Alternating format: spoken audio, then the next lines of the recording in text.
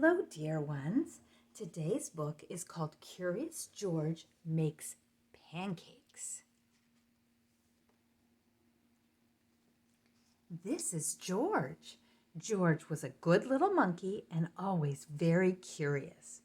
One morning, the man with the yellow hat woke George early. "Time to get up, George," he said.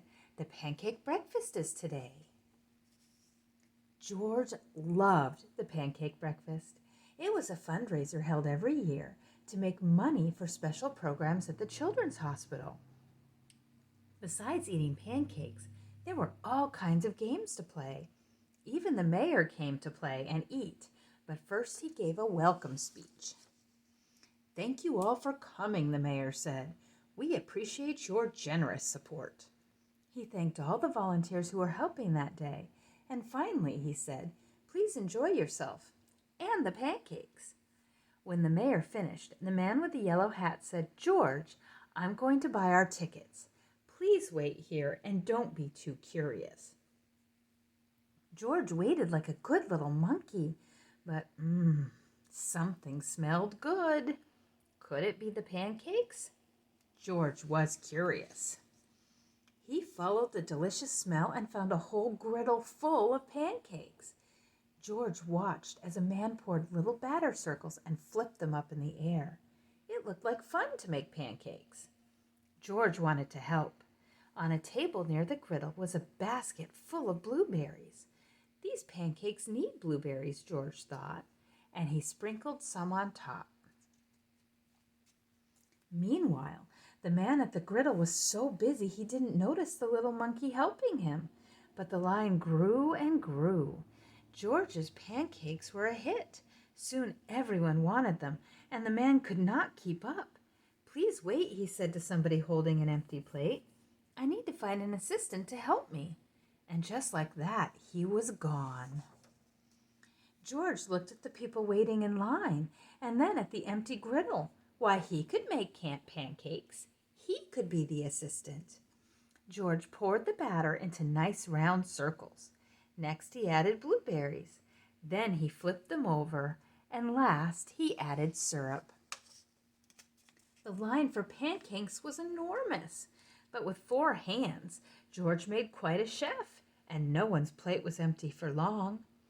"I've been coming to this breakfast for years," a man said, "but I've never seen pancakes made like this before." "I've never eaten this many pancakes before," said a girl. "I didn't even like pancakes before," said another girl. And they all lined up for more. When the man returned with his new assistant, he was shocked to see a monkey making pancakes. "This is no place for a monkey," he yelled, and he began to chase George. George hadn't meant to cause trouble. He'd only wanted to help. Now he only wanted to get away. Quickly, George found a place to hide, and the man and his assistant ran right by. But where did George go? When it was safe to come out, George jumped down. He was covered in syrup like a pancake, and he was sticking to everything. George was curious. Could these napkins help him get clean? Uh-oh. No, the napkins made it worse. What George needed was some water to wash with. Why, here was the perfect thing. George climbed up. This would do the trick for a sticky monkey. George sat on the bench and splashed himself with water. But all of a sudden, splash! George was in the water. What a surprise! George climbed up again and splashed back down. He'd never been in a dunk tank before, and he'd never had so much fun getting clean. Soon everyone was having fun, and the line at the dunk tank grew even longer than the line for the pancakes. Later, the mayor came by. "I've heard all about your delicious pancakes," he said.